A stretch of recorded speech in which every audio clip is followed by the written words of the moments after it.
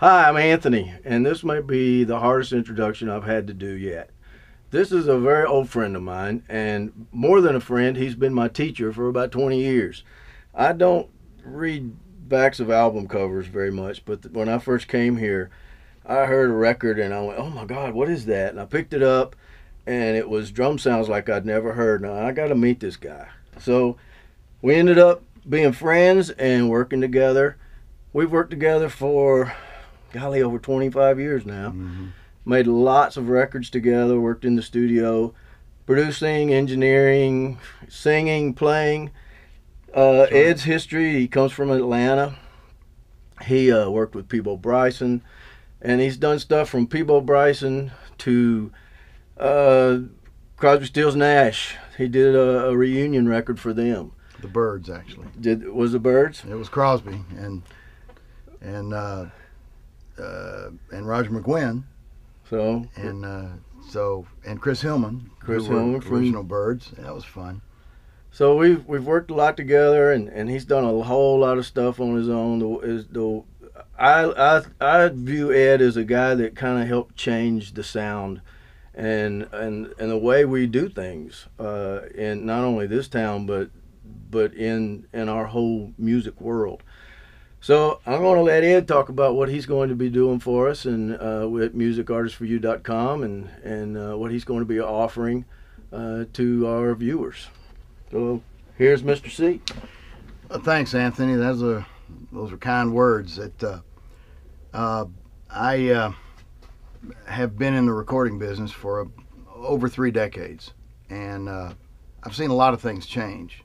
And one thing that has definitely changed, when I first got into the studio business, 16-track analog tape recording was state of the art. Before that, there was 8-track, but when I got in, it was 16. I saw that go to 24-track. I saw it move to 24-track digital, 32-track analog, progressed up to 48-track digital. There was digital tape, and then it became then it moved on into the digital audio workstation era.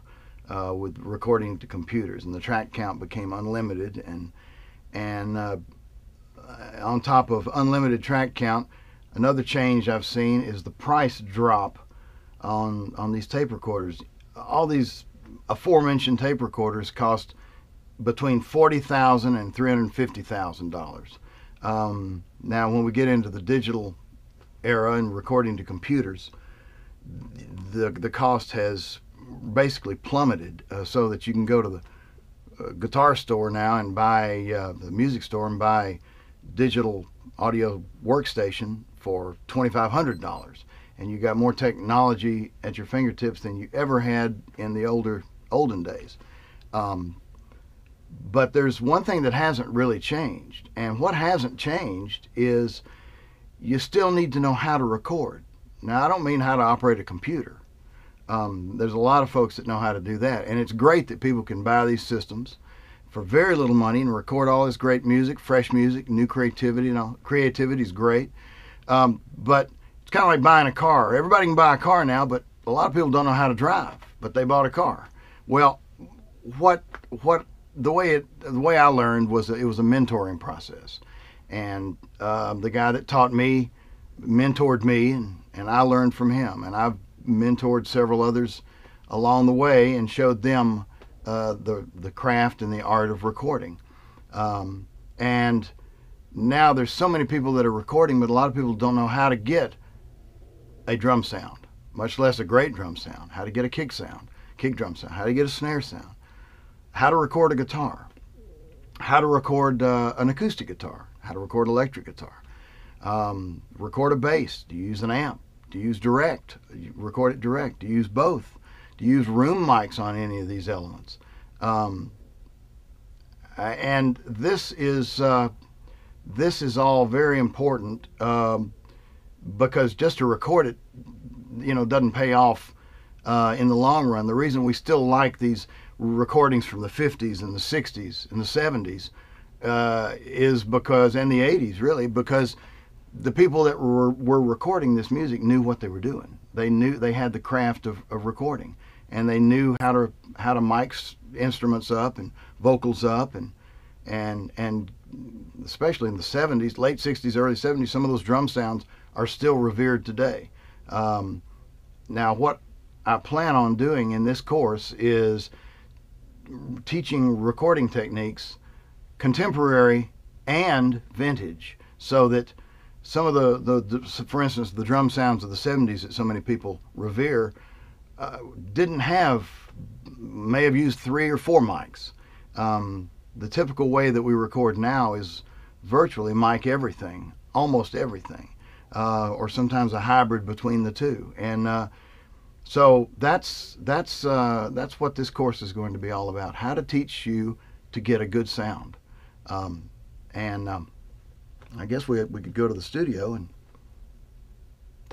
talk further. So here we are in the studio now, and like I talked about before earlier, it used to be any town you went to, any studio, whether it was a famous studio in Hollywood or a small studio in some area, there was a guy or a few guys that knew how to record. You could go and record anything there, and you could get it recorded, and it would sound professional. These days, there's more recorders and systems than ever before, but most people have no way of learning how to do it because they weren't mentored. I mean, you read a book, and that's good, and if you can understand what they're talking about. But that's one of the big differences, and that's the beauty of this course. What we're going to do is learn how to record drums. We're going to learn, and not in incredibly technical terms, not so much how it works, but how to work it. And keep in mind that there's not just one way to do any of these things. There's several ways, and some will work better sometimes, some will work the other. When do you use an SM57? It's a dynamic mic. It's a great mic. Cost about $80. Or when do you use a U67? It's a tube condenser mic. It's a fabulous mic. It's several $1,000s. Sometimes this works better for some things than this. Sometimes this wins hands down. Sometimes a combination. Sometimes neither. Sometimes and that's one of the things we're going to get into, is why you would use one mic over another, when it matters, when it doesn't. For instance, the drum sound. Do you room mics on a guitar as well? Do you use room mics? And where do you put them? What omni, cardioid? I mean, stuff that's not. This is just basic stuff that's going to help you and help your recordings be better. We're going to touch on all of this. How to record a vocal sound that sounds great. How to record a background vocal. How to record a background group. How to record a choir. I've been fortunate that as Anthony had touched on, I've been able to record and mix and in some cases produce hits in pop and rock and R&B and Christian and country. And one of the things that I noticed early on when I moved to Nashville, that there were no room mics. Well, I came out of Atlanta and we were doing pop and rock and some R&B, but especially the pop and rock were using room mics. So that was the first thing I did, put up some room mics and try to catch some room and some reality there and use a combination of both. And I certainly didn't invent that technique. It's been used for years, but it